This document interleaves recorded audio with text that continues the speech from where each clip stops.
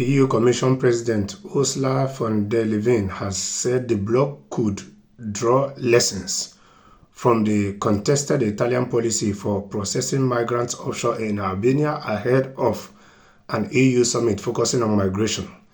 She made the remarks in a letter to the member states ahead of the meeting in Brussels on Thursday and Friday, where she said the European Commission will present a new proposal for legislations to increase deportations of migrants. Von der Leyen, who is just starting a second 5-year tenure as European Commission chief, appears to be responding to pressure on migration from across Europe. In her letter to member states, she said the return rate of irregular migrants from EU countries is currently only about 20%, meaning the vast majority of people who are ordered to leave an EU member state do not. So, what does it tell you? It tells you that currently the numbers of people that they ask to leave the EU states that are leaving are just 20%, meaning that the majority of the 80% they are asking to leave are not leaving the states. That's one point. So, you see, UK and Rwanda started this, and now Italy followed suit.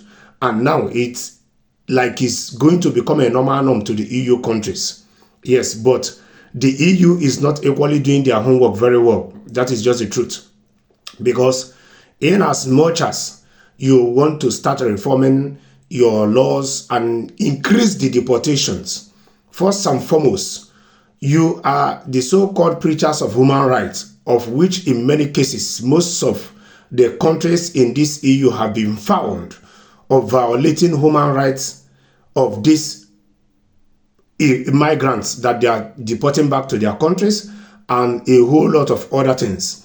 And there's one thing the EU must not forget. People have been migrating starting from the origin of man. And another thing is that whether EU like it or not, EU cannot do without migrants, because there are some certain occupations in which their own citizens will not want to fill in the gaps. And their citizens, majority of them, don't want to have children. So what does it tell you? It tells you that most of these countries, their birth rate will be declining, of which currently Spain have the lowest in the EU.